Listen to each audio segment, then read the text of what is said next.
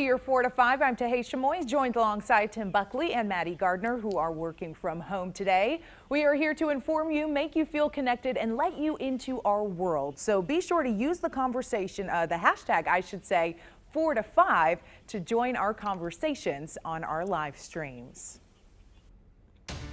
The start of the upcoming school year a month away, yet parents and teachers still don't know what the final plan is for Guilford County schools. One teacher says she doesn't understand how in-person learning will work and worries if things don't change, many kids will be left behind. As a teacher, I'm quite honestly terrified. Kaiser Middle School teacher Michelle Harris Jefferson is in the process of getting things ready for classes this fall, but she doesn't know what exactly she's planning for.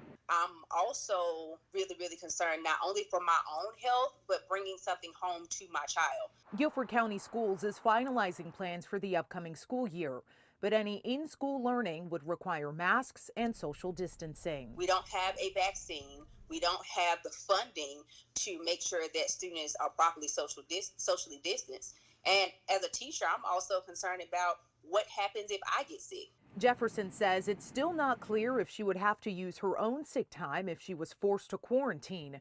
She's also worried about who would fill in if multiple teachers get sick. We already have issues with substitutes. And when it comes to masks, as the mother of a 5-year-old, she doesn't believe the younger kids will be able to follow the rules. Her comfort to her is more important than her understanding that sick people can make her sick if she doesn't have on her mask.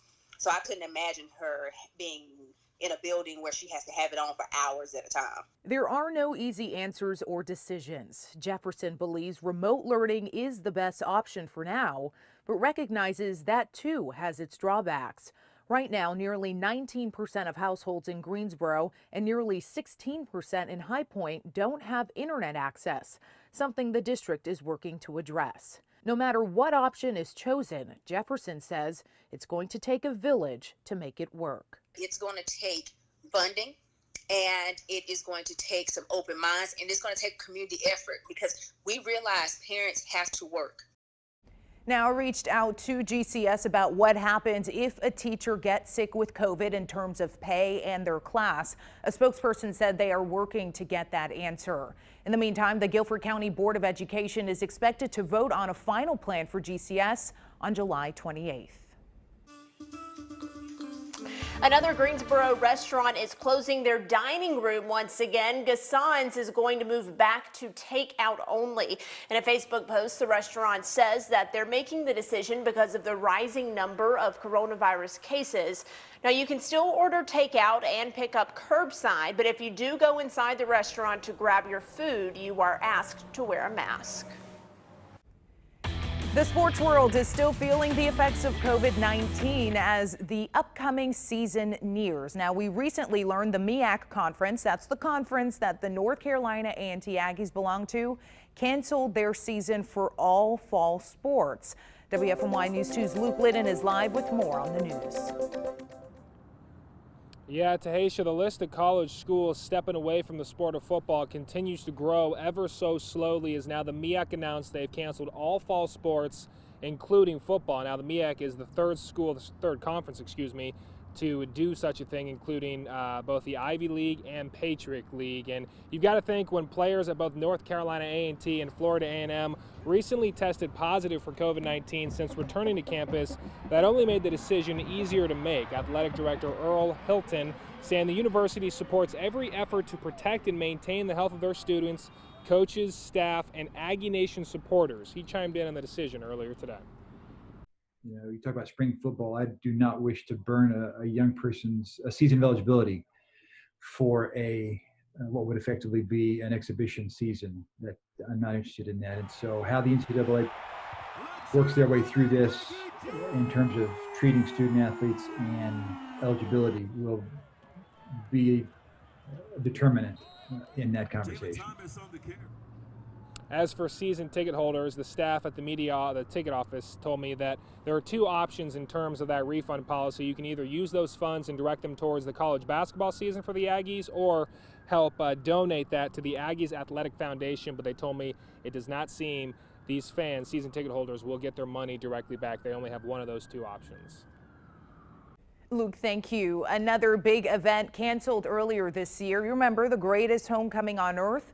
More than 100,000 people from all over the country come to this area for North Carolina A&T's big event, and it usually brings in $10 million to the Greensboro economy. And high school sports summer workouts around the Triad are getting delayed. Winston-Salem Forsyth County Schools announced they'll delay the start of workouts indefinitely. The Alamance-Burling School District is also delaying, but no information on a start date just yet. Guilford County schools are scheduled to start workouts Monday, but that could change. Bowman Gray Racing is also canceling their 2020 season. Officials say they doubt mass gathering restrictions will be lifted by August or September. The stadium hopes to welcome race fans for the 2021 season. Well, new stores are now requiring customers to wear a mask. More national chains are now being added to the list of places where customers can't shop unless their faces are covered. Kohl's is one of the newest stores to make the requirement. That goes into effect on Monday. Now, masks were already required in about 70% of Kohl's stores nationwide. The store says that they'll put up signs out front to let people know about the new rule. They're even offering drive-up pickup orders for people who choose not to shop inside.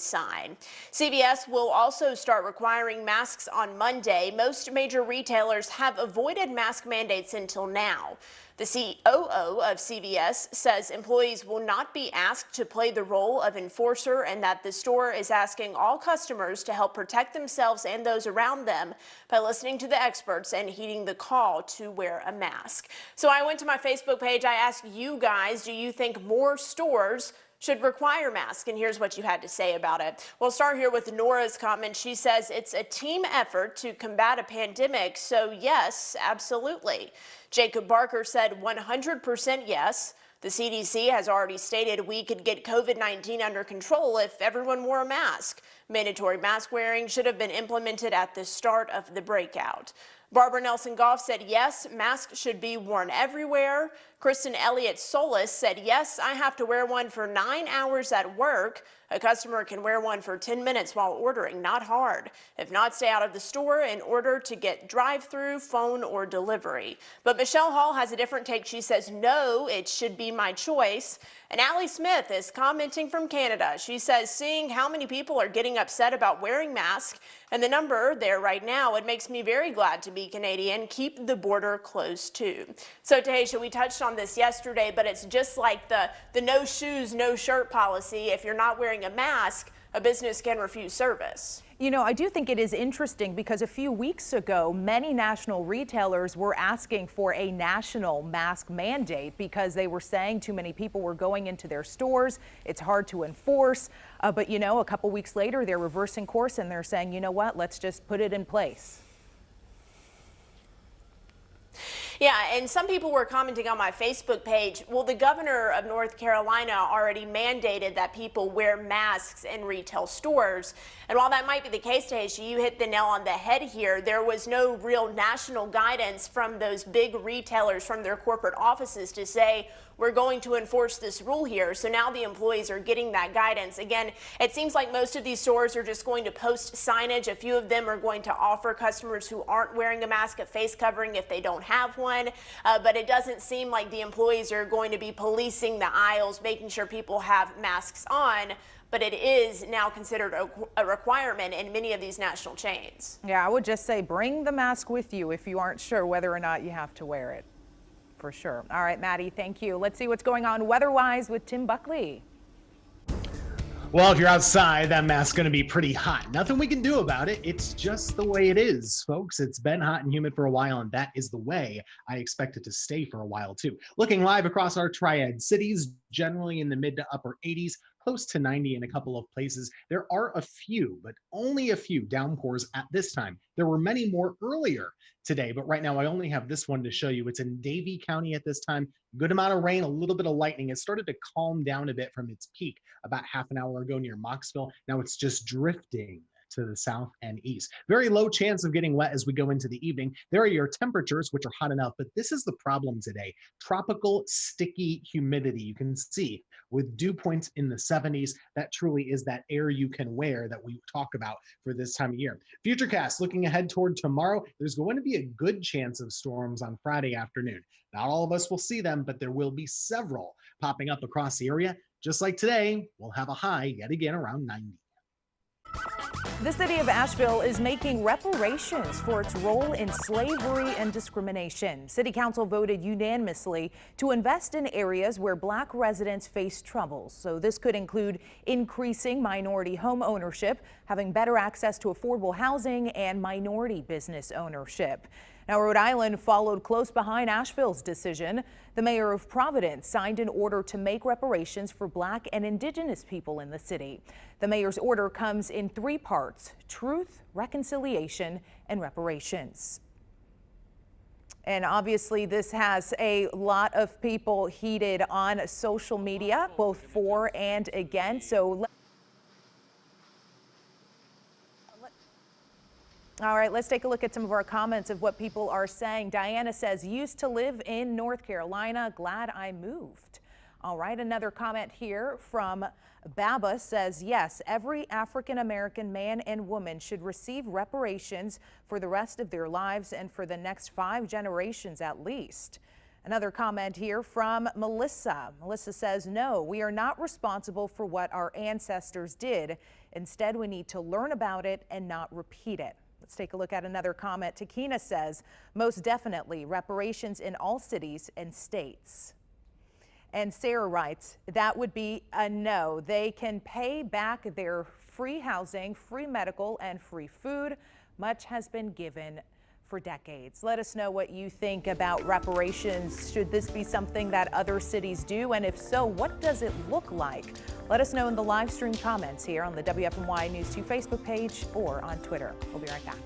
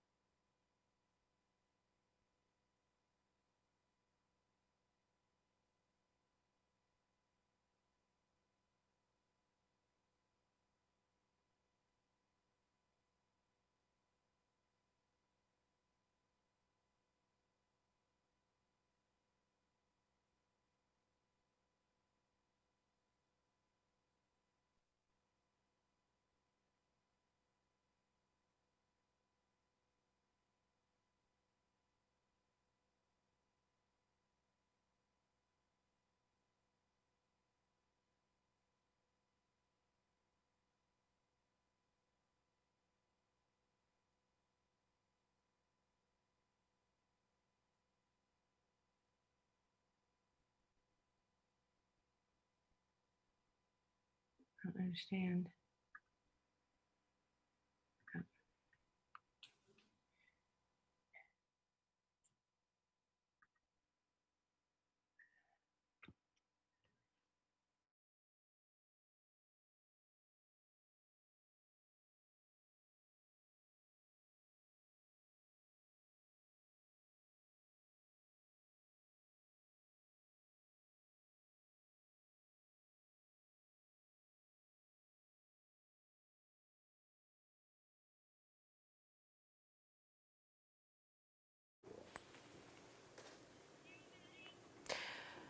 Welcome back to your 4 to 5. Tasha, if you can just tell me what we're doing in this story. All right, we're going to get to a great story this afternoon about a woman who was awarded a very big honor back in 2008 from former President George W. Bush. She was awarded a volunteer service award, but she actually lost the pin that went with that award. And even though her family can't see her during this pandemic, they still found a way to surprise her. So check the story out from photojournalist Manning Franks.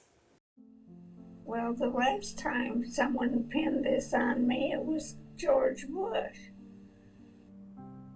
He brought it. And she's worn this pin every day. I think it speaks volumes that Donna volunteered as much as she had. She actually volunteered 25,000 hours of volunteer work with the Piedmont Hospice of the Piedmont and First United Methodist Church here in High Point, serving hot meals. Oh, I was just felt terrible. Had lost it, and I asked if it was possible to replace it, and they said they would. I was notified about a week beforehand, and I didn't really tell anyone that what the celebration was. It was a big surprise. We had everybody together. We surprised Donna with it, and it turned out so much better than I ever anticipated. I wanted to make it as special as I could because her family could not be here due to the pandemic, and I know that that's got to be hard on them. So I wanted to go a little above and beyond and do everything I could to make it special for Donna. What an awesome story. Congratulations to Miss Donna Turner on that awesome award, and I'm glad her family was able to give her that big surprise. Hey, more of the 4 to 5 is coming up after this break. Of course, we are live during the breaks on Facebook, Twitter, and YouTube. Be a part of our conversation. Use our hashtag 4 to 5, and we'll respond back. We'll see you there.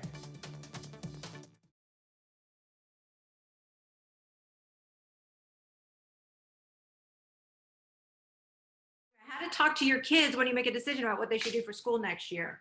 They don't get a lot of pushback.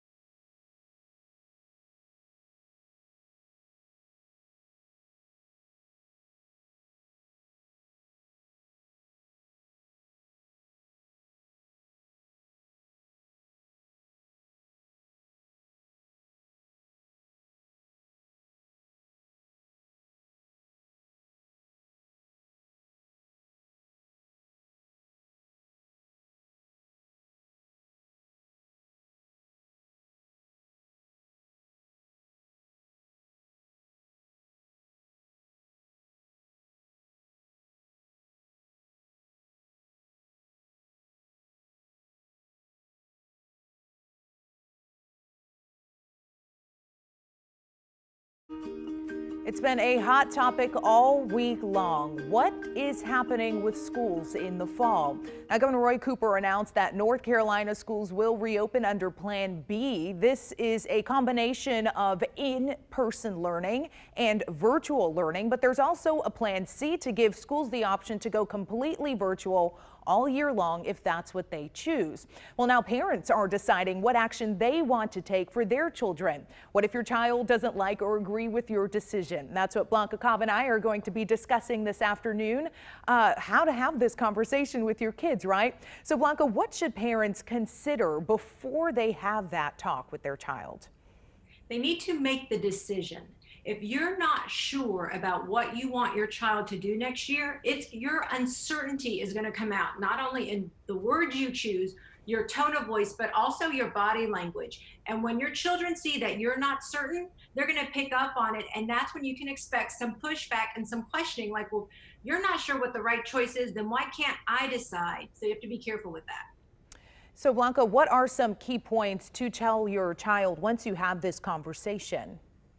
With the younger children, I say just have a positive attitude, smile, and say, this is what the school year is going to look like. These are for the younger children. But then when you have older children, like middle school or high schoolers, you might want to take into account what they have to say. You could ask their opinion, or if you decide you've made the decision, I would say that you could say something like, it's very controversial about what we're doing with schools. These are the options I've considered. This is a choice we're going to make.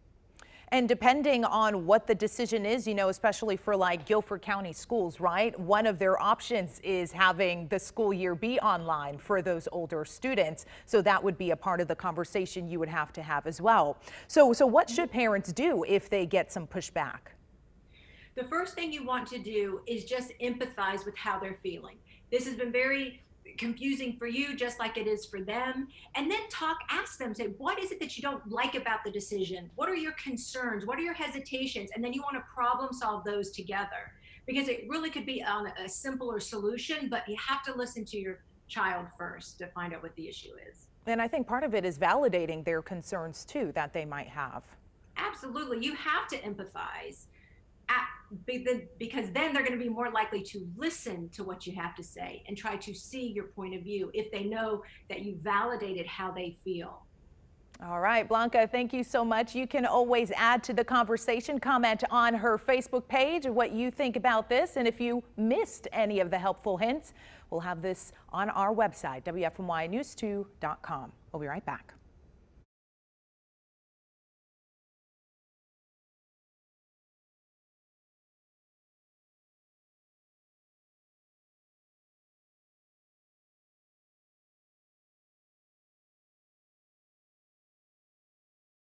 One, two, three.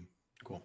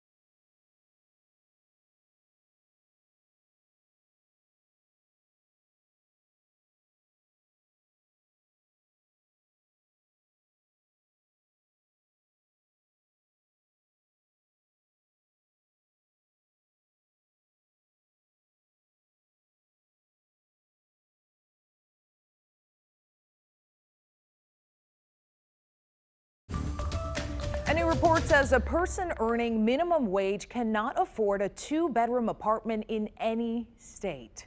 Listen to that. National Low Income Housing Coalition says people can barely afford a 1-bedroom apartment in 5% of U.S. cities.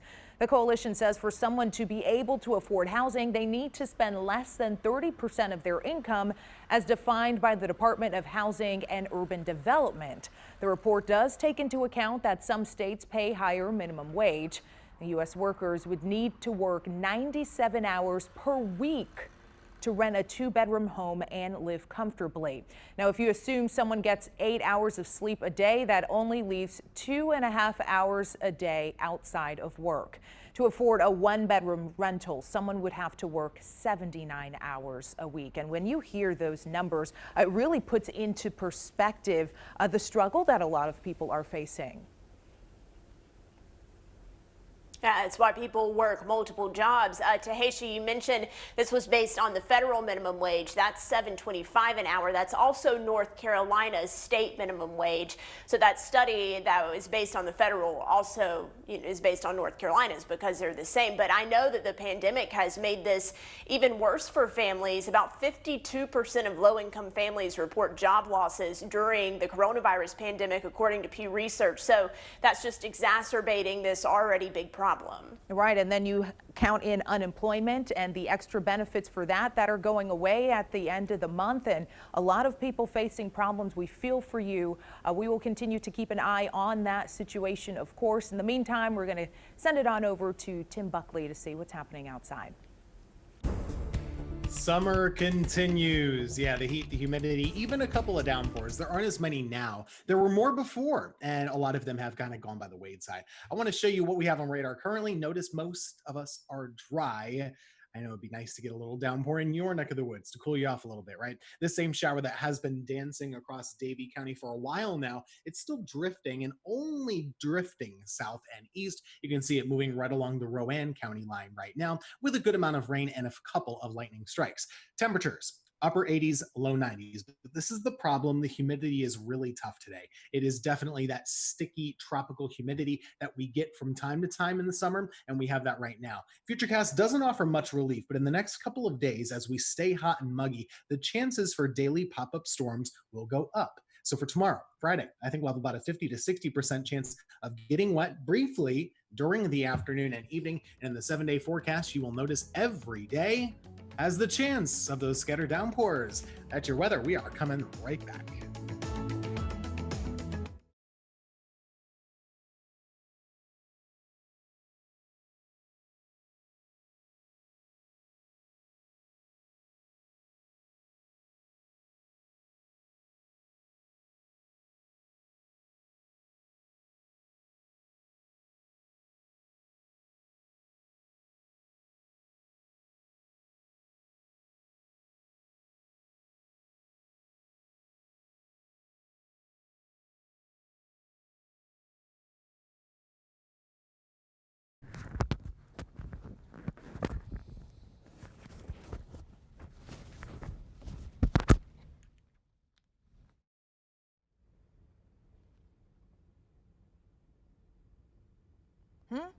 Oh, hello. Mic check 1 2 3 4 5 6 7. Mic check 1 2 3. It's going.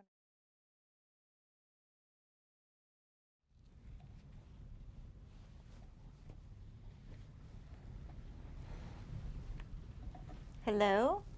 Hi. Ice cold milk and an Oreo cookie. They forever go together. Thank you.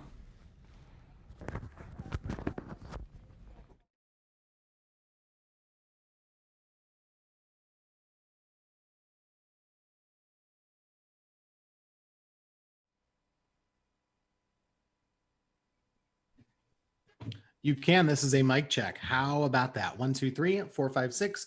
1 2 3 4.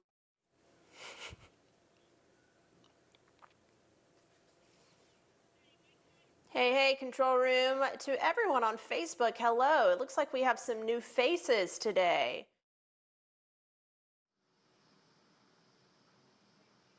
Mic check 1 2 3 4. Mic check 4 to 5. Mic check.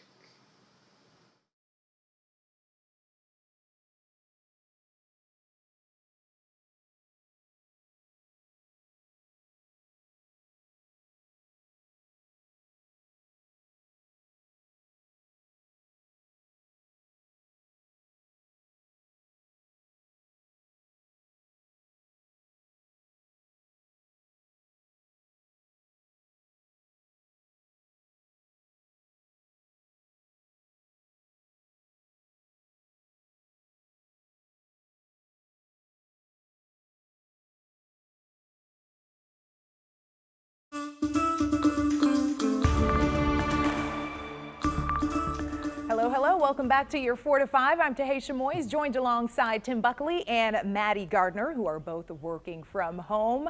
We are here to inform you, make you feel connected, and let you into our world. We've been having a great conversation on our Facebook live stream. If you want to join the conversation, use that hashtag 4 to 5 to stay connected. All right, let's get you to your 4 to 5 roundup right now. Another round of heavy layoffs have hit the U.S. workforce. According to the Labor Department, 1.3 million Americans have signed up for unemployment benefits last week. Now, that was more than expected, but it was a slight improvement over the prior week. The Republican National Convention will look a bit different than originally planned this year. The event, moved from Charlotte to Jacksonville, Florida, will only allow regular delegates for the first 3 days, cutting down on the size of the crowd. A memo released by the host committee says the final day of the RNC, when President Donald Trump accepts the Republican nomination, a delegate, their guest, and alternate delegates will be allowed to attend. The committee still plans to host programming each day from August 24th through the 27th, including daytime events and festivities. The group says they will implement a variety of health protocols to ensure a safe event. And back here in the Triad, the Winston-Salem Dash is hosting an open house next Saturday. You'll have a chance to run the bases, play catch, and hit in the batting tunnel. To keep the crowd smaller than 25, though, they are breaking the event into 1-hour slots from 9 a.m. until noon. You're asked to bring your own bat and balls, but the team says they will have a few clean ones on hand for you, and they will also clean the equipment between uses. An outdoor street art gallery is going up right now in Greensboro. You'll see it across from the Summit Village apartment complex near Church Crossing. There are multiple pieces already, and it will be illuminated at night. The Coda Street Art Group is putting the gallery together. South Carolina Governor Henry McMaster says all schools must be open 5 days a week. Schools have until tomorrow to submit their plans for reopening. Now, taking a look at the state of schools in the Carolinas, here in North Carolina, schools will reopen under Plan B. That's a combination of in-person and online classes, but schools have the option to offer Plan C, which is online classes only. In South Carolina, schools are looking at one or the other, full-time in-person classes or online classes. Brian Bennett is joining us, and of course, this fall semester, a big talker for our parents. What are they saying? Huge talker to Haitian, and they're saying a lot. Okay, so we're going to start off with Miss Barlett, and now she's actually agreeing with the South Carolina governor. She says, good for them, and it should be the same here. Cooper's plan will be a nightmare for parents to live with, especially for single parents and those who have to work. Moving on to Miss Darlene, she says schools should not open until the number of COVID cases drop dramatically. Ms. May says, that's crazy. I would yank my kids to homeschool if remote learning wasn't an option. Ray says, well, he isn't the brightest, is he? I guess he's referring to the South Carolina governor. Andrea says, crazy. And lastly, Rodney says, if you are not a teacher or don't have kids in public schools, you should sit down and be quiet. You are risking nothing. So the parents clearly sounding off here, as they should. Yeah, and that last comment, Rodney telling us how he really feels. But I mean, if you don't have skin in the game, it's hard really to kind of wrap your head around the minutia of what it is going to take to get a school open in the fall. Even doing those virtual options, of course, going to be tough for parents and even employers who have those parents working for them. Well, many people are wondering about teachers' health when students go back to school. Now, a law firm in Florida is saying that they will help teachers write wills for free before they head back to the classroom. Gallagher and Associates posted on social media that they will write living wills or advance directives for teachers who are forced to go back to work. Attorney Charles Gallagher says he got the idea after he heard about 3 Arizona teachers who were diagnosed with coronavirus after they went back to school for a project. Florida's education commissioner signed an emergency order that requires all districts to reopen in August for at least 5 days a week. And on that topic, a Texas teacher says she just recently wrote her will because she's terrified of going back to school. Mary Strickland has been teaching middle school for 22 years. She says her husband also wrote his will. Now, Fort Worth, where Strickland teaches, has not made any decisions about returning to school just yet, but the Houston Independent School District is delaying their first day of school until at least September 8th. Well, the day today in the Tride really depends on where you were. We had some rain at times in parts, and others have just stayed hot and dry. Here's how the day looked from the morning all the way up until now. Notice occasionally, especially in Winston-Salem, those sky cameras getting a little bit wet from time to time. Now it's more sunshine than not, and boy, is it sticky. You can just wear the air or cut it with a knife today, however you'd like to call it. Those showers have dissipated for the most part, but not all of them. There's still one that actually still maintaining a decent amount of life there in Davie County. That's the only storm on the board at this point, and it seems to be the trend that will stay a little bit drier going into this evening. Temperatures have not changed. They are in the mid and upper 80s currently. The humidity is all you can stand, and I don't have a lot of change for you in the forecast. The only difference going into tomorrow is that we'll have a slightly better chance of showers and storms popping up. The next couple of days we'll have a front closer to the area. That should make it easier to get wet for maybe an hour or two. There's your planner. Mid 70s in the morning, right around 90 for Friday afternoon. Georgia's Governor Brian Kemp is now banning cities and counties from mandating face masks in public. Now, 15 local governments had already passed those mandatory face mask requirements, but those orders are now void. Governor Kemp said earlier this week that the counties and cities, they don't have any power to enforce those mask requirements. Before the governor's ban, there were mask orders already in place for more than 1 million of the 10 million people who live in Georgia. Savannah was the first city in the state to require masks, and Governor Kemp's order also bans mask requirements on public property and in city and county buildings. Georgia, by the way, has more than 128,000 coronavirus cases.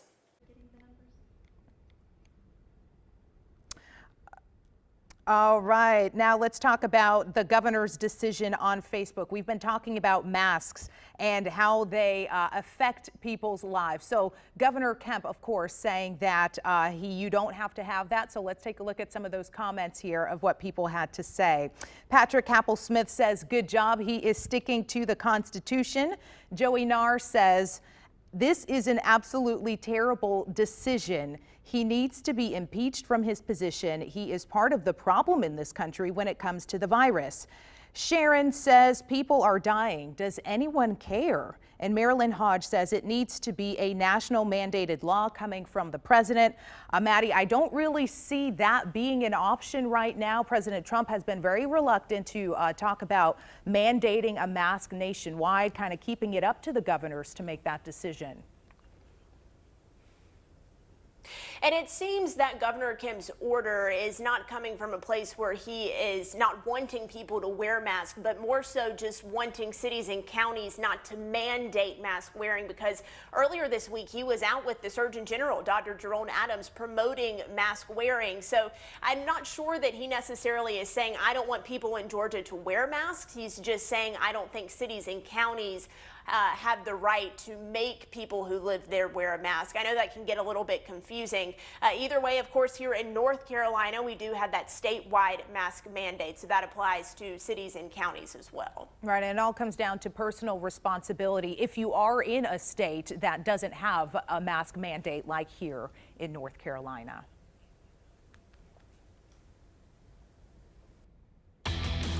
Fall sports still questionable for some high school and college athletes, but in the middle of chaos, we are seeing a few positive announcements. A Grimsley football player takes his talents to the next level, committing to play in college.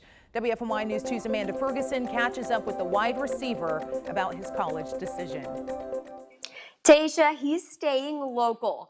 Grimsley wide receiver Caleb Curtin commits to Elon. He made the announcement yesterday. Now, he says he's excited for the 2021 season to go to play college ball, but he has a senior season to still play. Caleb Curtin, number 2 here, used to play for Southwest Guilford, but he'll play his senior year with the Whirlies. He says he's transferring for academic and athletic reasons. Plus, he says he plays with a lot of these guys on other football teams. Next year, though, he'll be a Phoenix. He tells me why he chose Elon. Just seeing myself fit in overall, a great football staff, just my whole family like falling in love with the school as well as me. So it was a good decision for all of us. But he has one more high school season to finish, hopefully. I asked Caleb what it's like to have this senior season up in the air. It's very challenging. You just don't know what's gonna happen. If you've been thinking all these years, like I'm gonna have a great senior year, I'm gonna do this, I'm gonna do that, and then you just don't know what's gonna happen. So it's a bit stressful, but all my teammates are locked in, bought in to Grimsley football and just representing still, no matter what. It's gotta be hard to stay motivated when you don't know if you have a season coming up. But coming up on WFMY News 2 at 5, Caleb shares a message to all athletes during this time of unknowns. What do we know for sure when it comes to school reopening plans in Guilford County? Well, the first 5 weeks, they're going to be remote learning. Yeah, that's right. And no matter what the plan is, it has to be decided by the end of the month. That's right. And speaking of those plans, let's take a closer look at those plans. Plan A, for instance, has grades K through 8 going to school full time, while high schoolers would stay home full time with remote learning. Plan B, all students would be divided into A and B days with 2 consecutive days at school, 3 days learning from home. Plan C, very similar to Plan B, but it would be A and B weeks instead of days. The district is discussing all 3 plans, but this is what the superintendent had to say. The committee believes that the best solution is to make sure the youngest students are back in school every day so that their parents can work and we mitigate learning loss. How will any and all of these plans really work? How will they figure out buses, substitute teachers, after-school programs? Get your questions answered. What we want you to do is text. You see the number right down there, 336-379-5775. We have 3 Guilford County school leaders with us starting at 5:30 answering your questions. Again, these are text questions only. We'll see you then.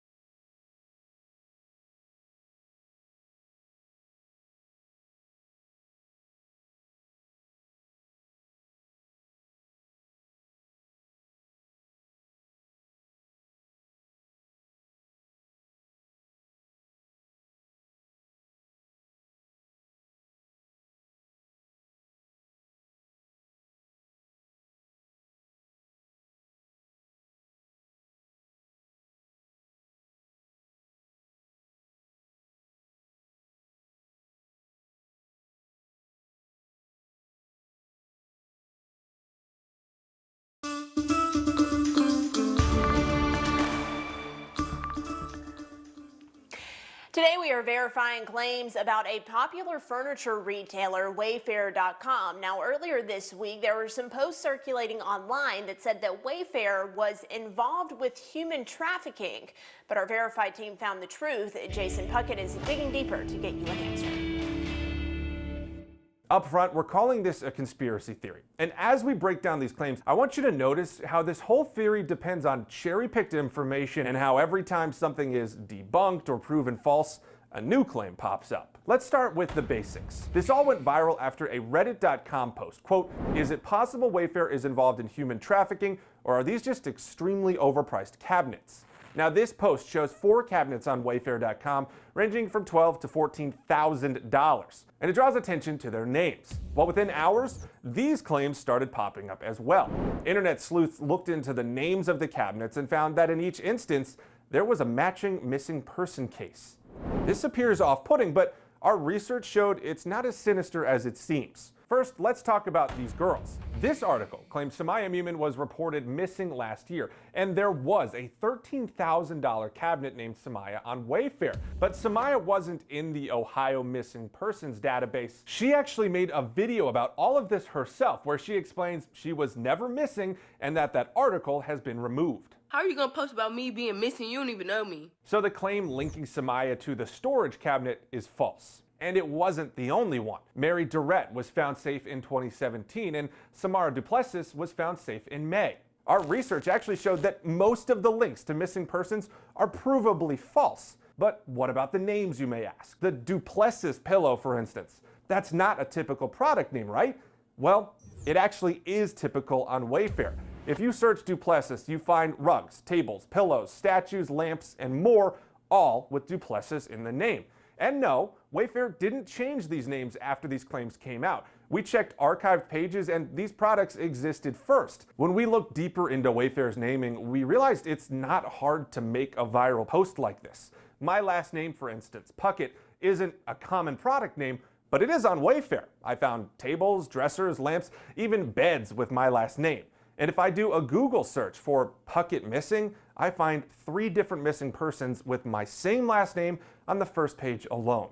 Combine these results and boom, I have a Puckett missing persons case linked to a Wayfair Puckett product. It may seem weird to have personal names on Wayfair products, but the claim that it's linked to sex trafficking is false. Try this with your own name. There are more claims here, and you can check out our breakdowns online. But while we can keep pointing out why this theory doesn't add up and is using false claims, we can't answer the big question. Why did these pillows and cabinets cost so much money on Wayfair? So far, the company has only said that they were incorrectly priced and has taken them down. But without a deeper explanation, more claims will likely pop up. Think twice, though, before you share those. So far, there's no evidence that strange pricing on a website is linked to sex trafficking, and all the claims so far have turned out false. With your Verify, I'm Jason Puckett. Of course, it is always good to do some research before you repost or share anything online. If you want us to do it for you, we can verify your claims. Just shoot us an email at 4 to 5. We'll be right back.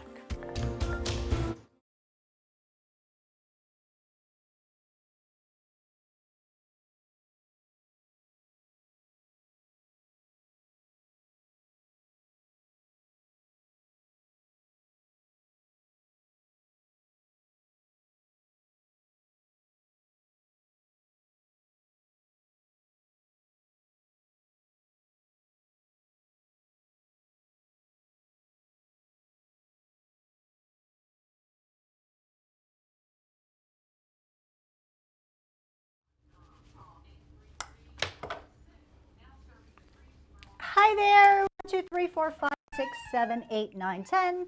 Hello, hello. D, 5 minutes, thank you.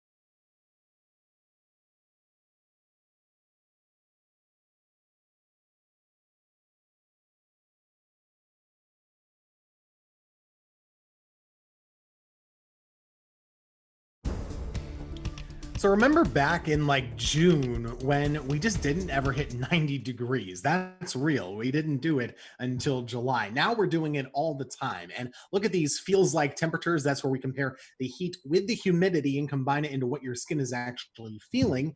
Can't cool down when you're sweating so much. The feels like heat index right now is in the mid 90s across much of our area. And there haven't really been too many downpours over the last couple of hours. There were more earlier today, especially in Winston-Salem, parts of Forsyth County, and elsewhere. But otherwise, pretty quiet. But you see that line on the left-hand side of your screen up near Kentucky and Tennessee? That's a little bit of a low pressure area. It's a front, not a strong one, but it is something. And as it gets closer to us, especially going into tomorrow and then Saturday, it kind of stalls out just to our north.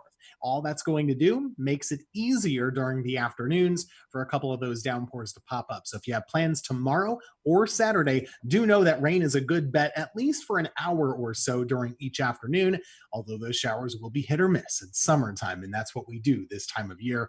Not everybody gets it. There's lots of humidity right now, and that is not going anywhere. The humidity will actually hold steady or even increase a little bit going into early next week. So we really are pouring on the heat and pouring on the humidity over the next 7 days. For tonight, still possible to see a scattered downpour, but I don't find too many of them at this time. For tomorrow, similar to today, we'll be right around 90 for the high, but there is a lot of humidity, so we'll feel worse than that. And scattered storms are pretty likely. I do want to quickly talk about this comet, though. As we look at the 7-day forecast, you'll notice pretty much every day is kind of the same. Low 90s, lots of humidity, and I have storm chances each afternoon all the way into early next week. But the comet Neowise, we've talked about this a lot. The timing is changing a little bit day by day. If you want to see it tonight, number one, you can't have clouds. So that is a factor. But if you do have clear sky, you want to make sure you're looking on the northwest horizon. And I mean, you cannot have any trees. It's got to be an open field.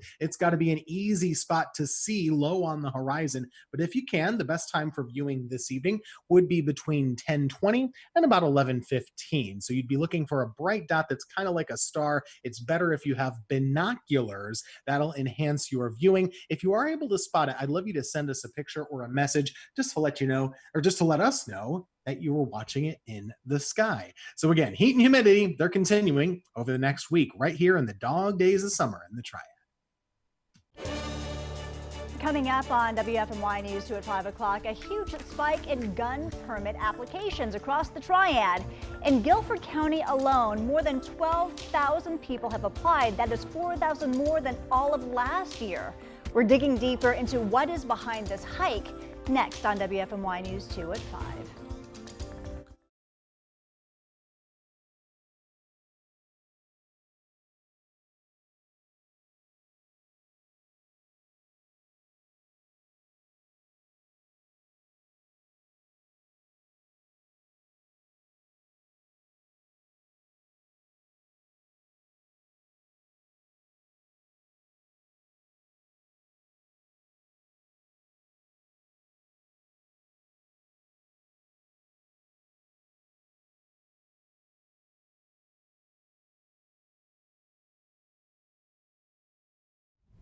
Hi, ice cold milk and an Oreo cookie, they forever go together. Oh, let me not say what I was going to say. Hello, mic check. 1, 2, 3, 4, 5, 6, 7. Hi, Callie. 1, 2, 3, 4, 5, 6, 7, 8.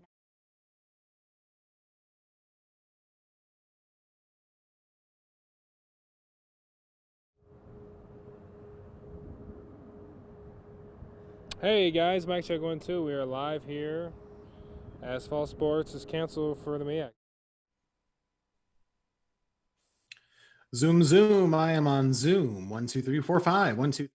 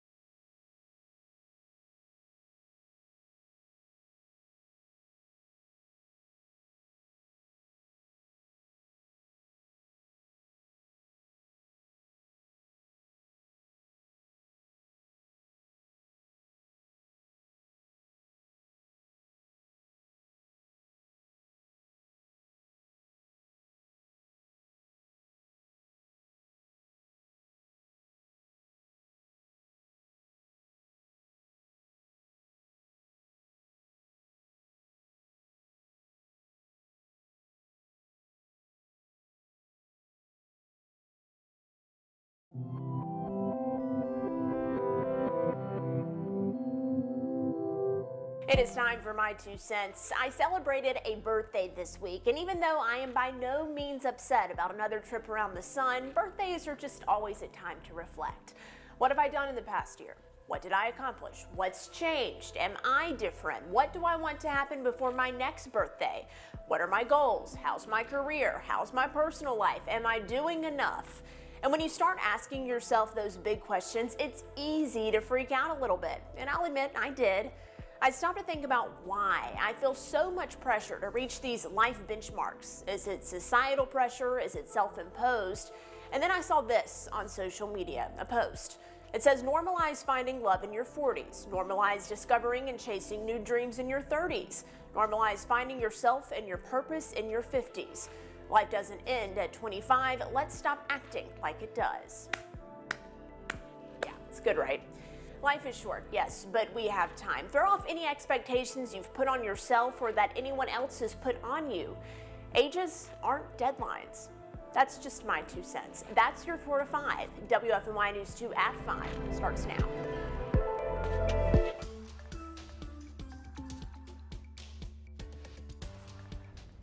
It's North Carolina A&T's final year in the MEAC conference, and the Aggies won't be able to defend their HBCU national title. Its conference, the Mid-Eastern Athletic Conference, decided to suspend all fall sports because of the growing number of COVID-19 cases among minorities. Now, WFMY News 2's Luke Liddon is live on campus with more on the decision. Yeah, it's definitely disappointing news for both the MEAC conference and the university, as the Aggies football program was actually searching for its 4th straight Celebration Bowl title. Now, for those